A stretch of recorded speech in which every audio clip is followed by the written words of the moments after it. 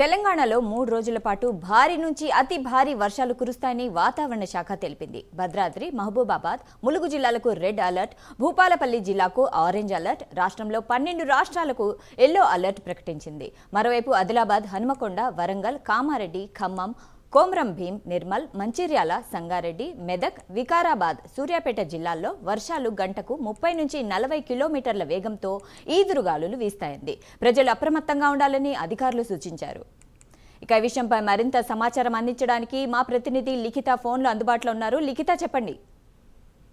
Right side ఇప్పటికే అల్పపీడన ప్రభావంతో అయితే తెలంగాణ రాష్ట్ర వ్యాప్తంగా కూడా పలు జిల్లాలలో వర్షాలు భారీ నుండి అతి భారీగా కురిసే అవకాశాలు ఉన్నట్లుగానైతే వాతావరణ శాఖ అధికారులు చెప్తున్న పరిస్థితి కనిపిస్తుంది. దీనికి తగ్గట్టుగానే ఇప్పటికే దాదాపు రాత్రి నుండి కూడా ఇటు హైదరాబాద్ పరిధిలో కూడా చాలా వరకు వర్షం అనేది పడుతుంది. దీనికి అంతేకాకుండా పలు ప్రాంతాల్లో ఈదురుగాలతో కూడిన వర్షం పడడం, మరికొన్ని జిల్లాల్లోనైతే ఉరుములు మెరుపులతో కూడిన వర్షంతో పాటు ఇంకొన్ని జిల్లాల్లోనైతే పిడుగులు పడే ప్రమాదం ఉందంటూ కూడా ఇప్పటికే వాతావరణ శాఖ అధికారులు హెచ్చరిస్తున్న పరిస్థితి కనిపిస్తుంది. దీనికి తగ్గట్టుగానే ఇప్పటికే అధికారులు అప్రమత్తమయ్యారు. అన్ని ఏర్పాట్లు కూడా చేస్తున్న పరిస్థితులు కనిపిస్తున్నాయి. ఎప్పటికప్పుడు కూడా మానిటర్ చేయడం, అంతేకాకుండా ఈ యొక్క అల్పపీడన ప్రమాదం ఇది 24 గంటల నుండి 48 గంటల వరకు ఉండే అవకాశాలు ఉన్నట్టుగానైతే అధికారులు చెప్తున్న పరిస్థితులు కనిపిస్తున్నాయి. సో కాబట్టి ఎప్పటికప్పుడు కూడా కొంతవరకు జాగ్రత్తలు వహించాలి అంటూ కూడా సూచనలు జారీ చేస్తున్నారు. ప్రజలు అవసరం ఉంటేనే బయటికి రావాలి, కానీ లేదంటే కొంతవరకు ఇంట్లోనే జాగ్రత్తగా ఉండాలి అంటూ కూడా చెప్తున్న పరిస్థితులు ఇక్కడ నెలకొన్నాయి. ఇప్పటికే జిహెచ్ఎంసీ పరిధిలోనైతే ఎప్పటికప్పుడు కూడా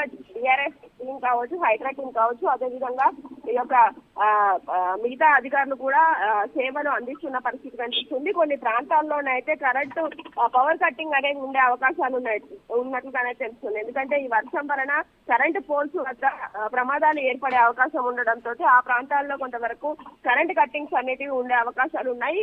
ఈదురుగాలతో కూడిన వర్షం రావడంతో మాత్రం చెట్ల దగ్గర ఎవరు ఉండకూడదు అంటూ కూడా చెప్తున్న పరిస్థితి. ఇప్పటికే జిహెచ్ఎంసీ పరిధిలో కొంతవరకు కొన్ని చెట్లకు సంబంధించిన కొమ్మలను కూడా, రహదారుల పైన ఉన్న కొమ్మలను కూడా కొట్టేసిన పరిస్థితులు అయితే ఇక్కడ నెలకొన్నాయి. ప్రజలు అప్రమత్తంగా ఉండి తమకు సహకరించాలంటూ కూడా కోరుకుంటున్న పరిస్థితి ఇక్కడ నెలకొంది. Saida. Right, thank you Likhita.